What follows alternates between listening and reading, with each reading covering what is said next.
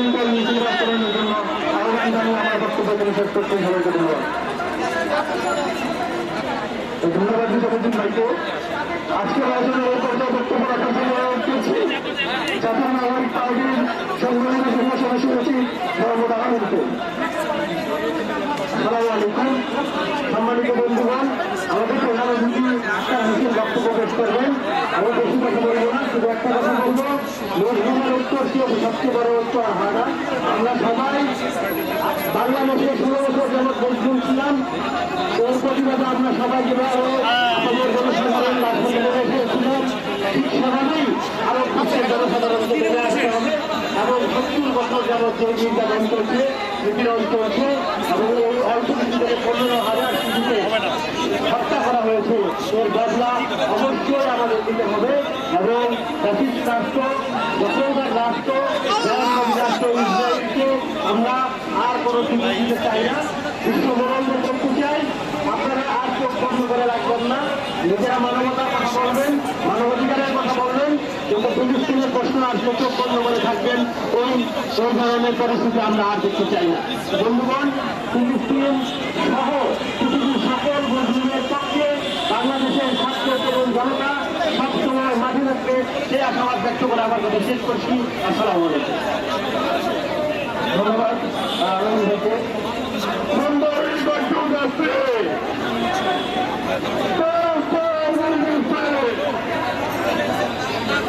সম্মানিত সংগ্রামী বন্ধুগণ, আমাদের বিক্ষোভ মিছিলের পর্যায়ে সমাপনী বক্তব্য নিয়ে আসছিলাম।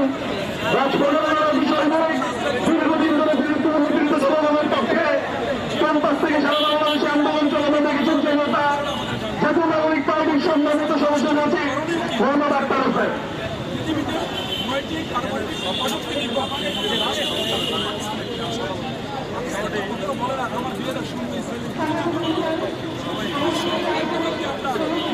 আজ মানবতার দায় থেকে বাংলাদেশের নাগরিকরা রাজপথে এসে দাঁড়িয়েছে। বিশ্বের বিভিন্ন জায়গায় আজ মানবতা যখন ভূমিষ্ঠিত, ঠিক সেই সময় বাংলাদেশের জনগণের পক্ষ হয়ে জাতীয় নাগরিক পার্টি এনসিপি রাজপথে এসে দাঁড়িয়েছে। আমরা খেয়াল করে দেখেছি, সম্প্রতি ভারতের যে ওয়াকফ সংশোধনী বিল পাশ করা হয়েছে, সেই ওয়াকফ সংশোধনী বিল পাশের মধ্য দিয়ে ভারতের মুসলমানদের যে সম্পত্তি, ধর্ম এবং দাতব্য সম্পত্তিগুলোকে রাষ্ট্রীয়ভাবে মুসলমানদের হাত থেকে কেড়ে নিয়ে সেগুলোকে মুসলমানদের বঞ্চনার এবং নিপীড়নের ক্ষেত্রকে রাষ্ট্রীয়ভাবে প্রস্তুত করবার মেকানিজম তৈরি করেছে ভারত সরকার। যে ওয়াকফ সংশোধনী বিল এসেছে, সেখানে ওয়াকফের সংজ্ঞা পর্যন্ত পরিবর্তন করা হয়েছে।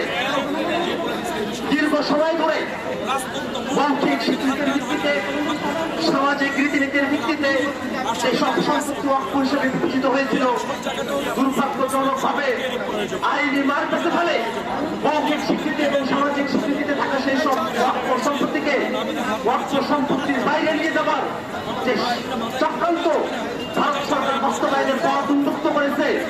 আমরা জাতীয় নাগরিক পার্টির পক্ষ থেকে এখানে ভিন্ন যে চেষ্টা, সেই চেষ্টাকে আমরা নিন্দা জানাই। বন্ধুরা আমার, ভারতের মুসলমানদের বিরুদ্ধে সেখানে এনআরসি দিয়ে করে তাদেরকে নাগরিকত্বহীন করে দেওয়া হয়েছে। ভারতের মুসলমানরা তাদের ধর্মীয় স্বাধীনতার স্বকীয়তা নিয়ে থাকবে, তাদের মস্তিষ্ক এবং ঠান্ডাগুলোতে যে ধর্মীয় সম্পত্তিগুলো আছে সেটার তত্ত্বাবধান মুসলমানরা করবে, এটাই ছিল নিয়ম।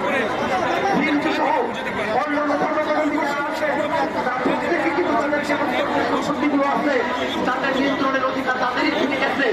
কিন্তু মুসলমানদের যে সম্পত্তিগুলো আছে, সেই ধর্মীয় সম্পত্তিগুলো নিয়ন্ত্রণের অধিকার মুসলমানদের হাত থেকে কেড়ে নিয়ে সেখানে অমুসলিমদেরকে সিদ্ধান্ত ভারত সরকার গ্রহণ করেছে। আমরা বাংলাদেশিরা, আমরা জাতীয় নাগরিক পার্টির নেতারা আমরা মনে করি এটা নিতান্তই বৈষম্যমূলক এবং ভারতের মুসলমানদের জন্য বিপীড়নের আরেকটি পথ সেটা উন্মোচন করেছে। আমরা খেয়াল করেছি, ভারতের মুসলমানরা এবং ভারতের গণতান্ত্রিক শক্তিরা এই বিলের বিরুদ্ধে ভারতের বিভিন্ন জায়গায় তারা বিক্ষোভ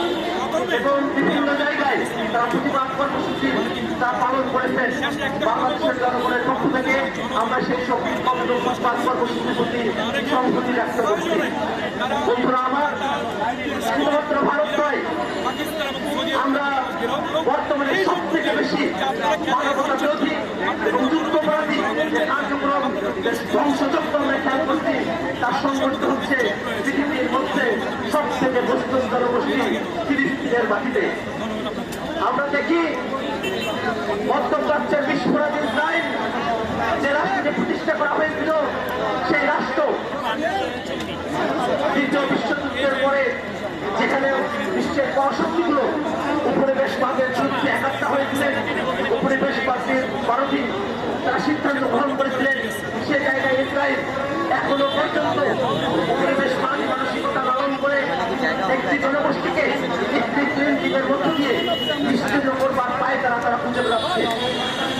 আমরা দেখি ইসরায়েল মানবতা বিরোধী অপরাধের চূড়ান্ত সীমা যারা লঙ্ঘন করেছে, সেখানকার নিরীহ মানুষ যারা সিভিলিয়ান আছে তাদের উপরে তারা তারা আক্রমণ করছে, তারা হত্যা করছে এবং তাদের কোন করে অনুশোচনা আমরা এখন পর্যন্ত খেয়াল করি নাই।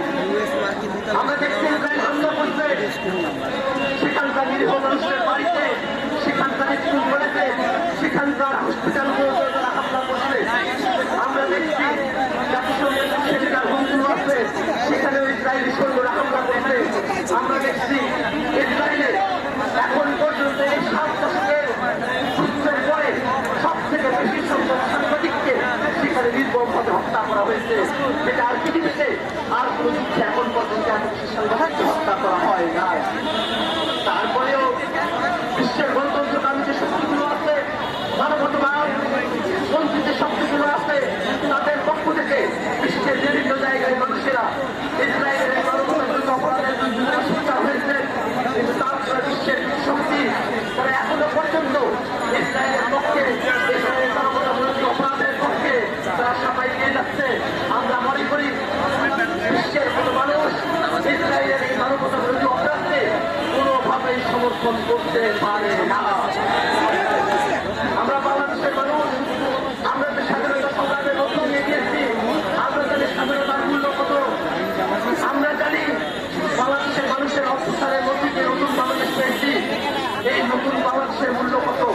আমরা প্রত্যাশা করি বাংলাদেশে যেমন করে 1971 ঘটে গেছে, বাংলাদেশে যেমন করে জুলাই বিপ্লব ঘটে গেছে, তেমনই করে প্যালেস্টাইনের মাটিতেও একদিন জুলাই আসবে, প্যালেস্টাইনের একদিন শান্তি পাবে, প্যালেস্টাইনের মানুষেরা মুক্ত হবে, প্যালেস্টাইন স্বাধীন দেশ হিসাবে স্বীকৃতি পাবে। এটাই আমাদের প্রত্যাশা। বাংলাদেশের মানুষ, ফিলিস্তিনের মুক্তিকামী মানুষ সাধারণ জনগণের প্রতি সবসময় তাদের সংহতি ব্যক্ত করেছে।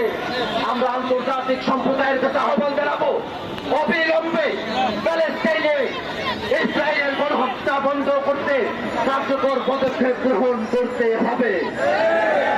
প্যালেস্টাইনের যুদ্ধবাজ প্রধানমন্ত্রী নেতানিয়াহু সহ যারা যুদ্ধ অপরাধের সঙ্গে যুক্ত হয়েছেন, তাদের প্রত্যেককে আন্তর্জাতিক আইনে যুদ্ধ অপরাধের দায়ে বিচারের মুখোমুখি দাঁড় করাতে হবে।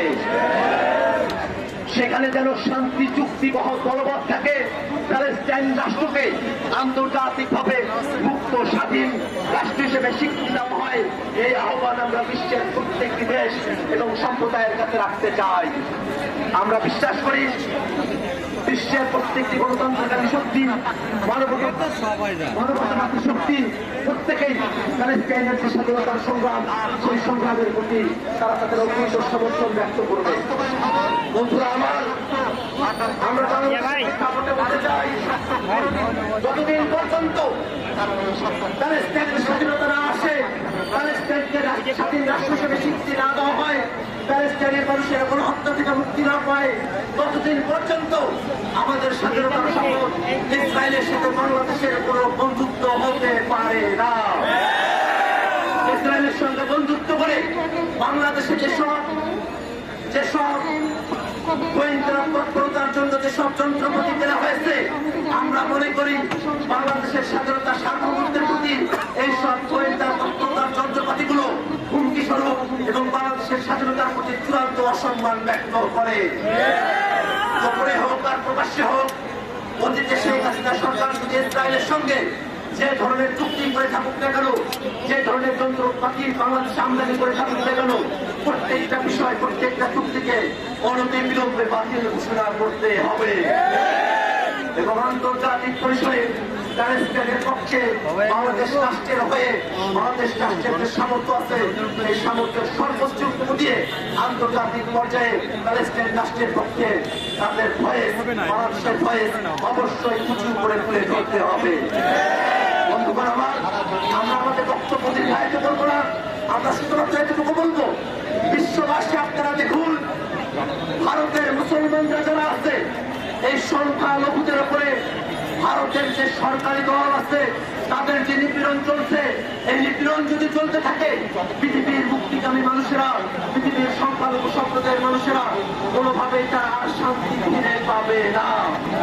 পৃথিবীর কোথাও মুসলিমের কোন স্বার্থ, মুসলিমের কোন হাহাকার বিচ্ছিন্ন কোনো ঘটনা নয়। আমাদের পাশে রাখাইলে রোহিঙ্গাদের উপর যে নির্যাতন, কাশ্মীরে মুসলমানদের উপর যে নির্যাতন, ভারতের মুসলমানদের উপরে নির্যাতন, প্যালেস্টাইনে যে নির্যাতন গুলো চলছে, এই সমস্ত নির্যাতন গোটা বিশ্বের মুসলিমদেরকে একবার বার্তা প্রদান করে। কোন ধর্মীয় বিভাজনের ভিত্তিতে নয়, কোন ধর্মীয় পরিচয়ের ভিত্তিতে নয়, পৃথিবীর সকল মানুষ তার মানবতার পক্ষে কথা বলবে।